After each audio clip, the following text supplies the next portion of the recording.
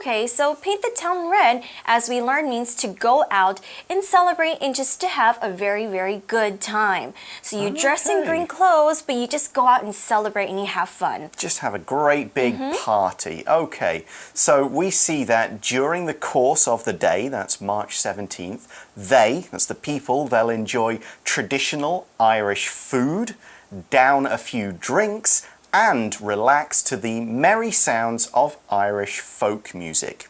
So we've got a few things to look at here. We've got the word merry. Merry is an adjective, and it means a very similar meaning to joyful that we just saw. Something that is merry is happy, it's feeling or it's showing excitement, and it's kind of lively, it's active. There's people are kind of moving around and talking and having fun. I always think merry and red faces kind of go together. People laughing and smiling and talking.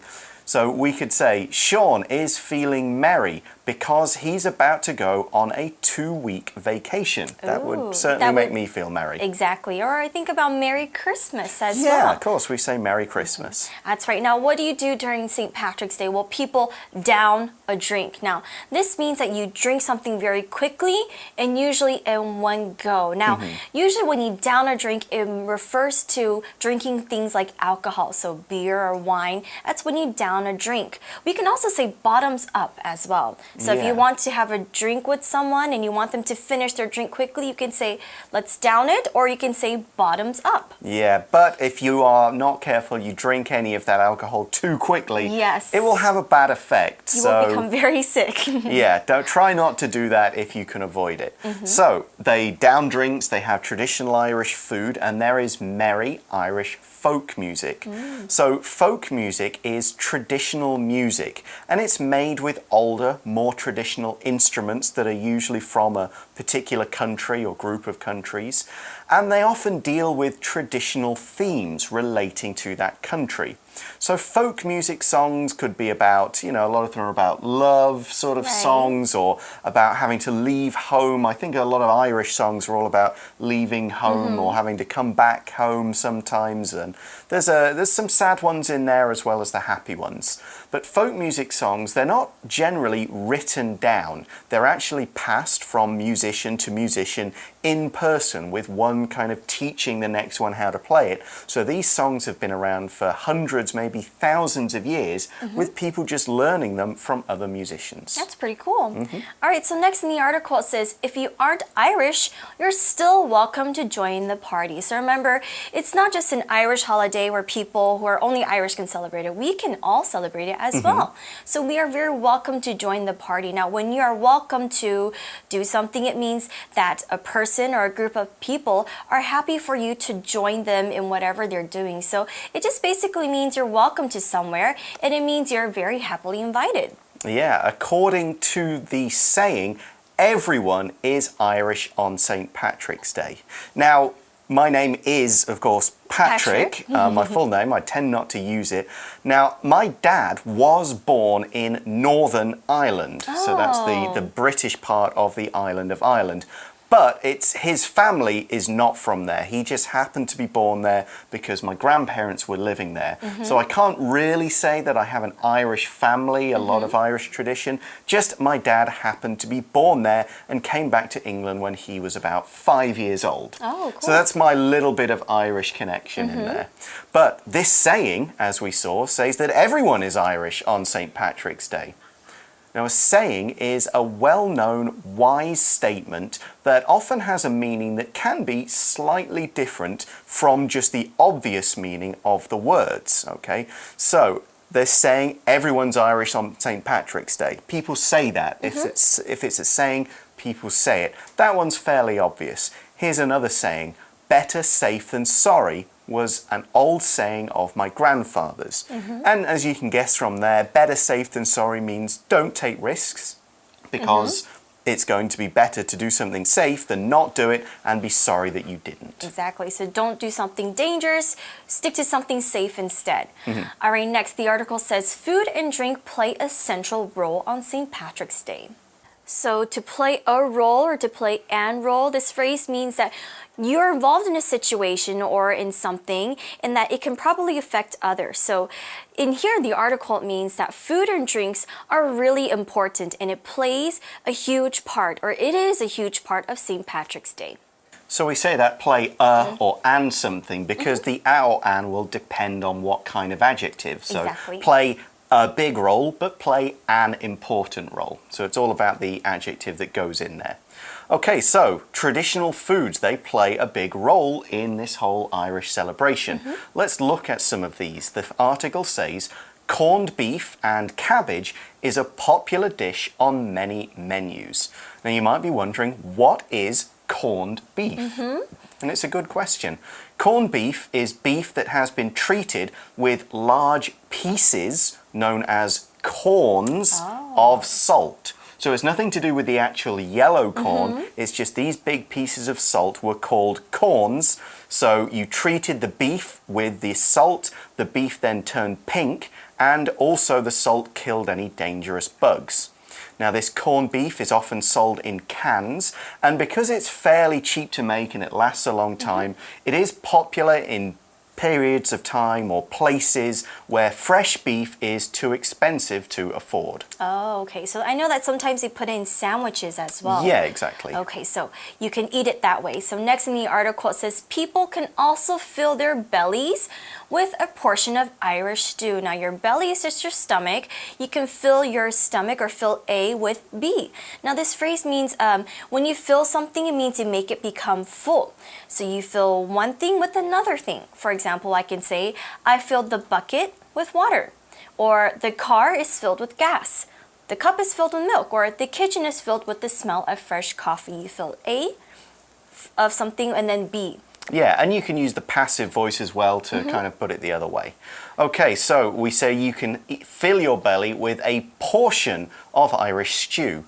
A portion is an amount of a particular, any kind of food that's served to one person at a time, especially in a restaurant or a shop that sells food that is going to be eaten. So if you have a portion of something, you should have enough really to make a meal.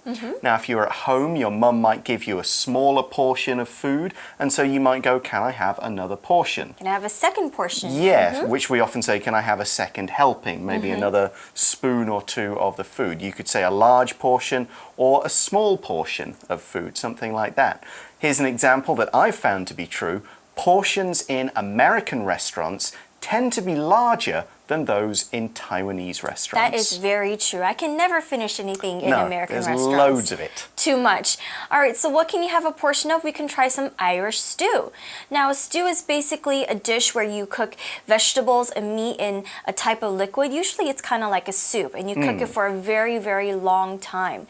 And so it's actually a very nice, warm, hearty dish. Yeah, it kind of gets everything nice and soft, and the flavors of the soup and whatever herbs and stuff get into the vegetables and the meat and whatever. So yeah, it's good winter kind of food. Now we see in the article it's made with onions, carrots, potatoes, lamb, and lots of spices. So plenty of meat and vegetables. As Tiffany said, it's pretty hearty, and they also put spices in. So they add a lot of spices to Irish stew. Now when we say a spice or spices as a group, we're talking about substances that are made from particular plants. And they could be from the roots, from the seeds, just grinding it up into powder, all sorts of things like that. And spices are used to give a special flavor to food.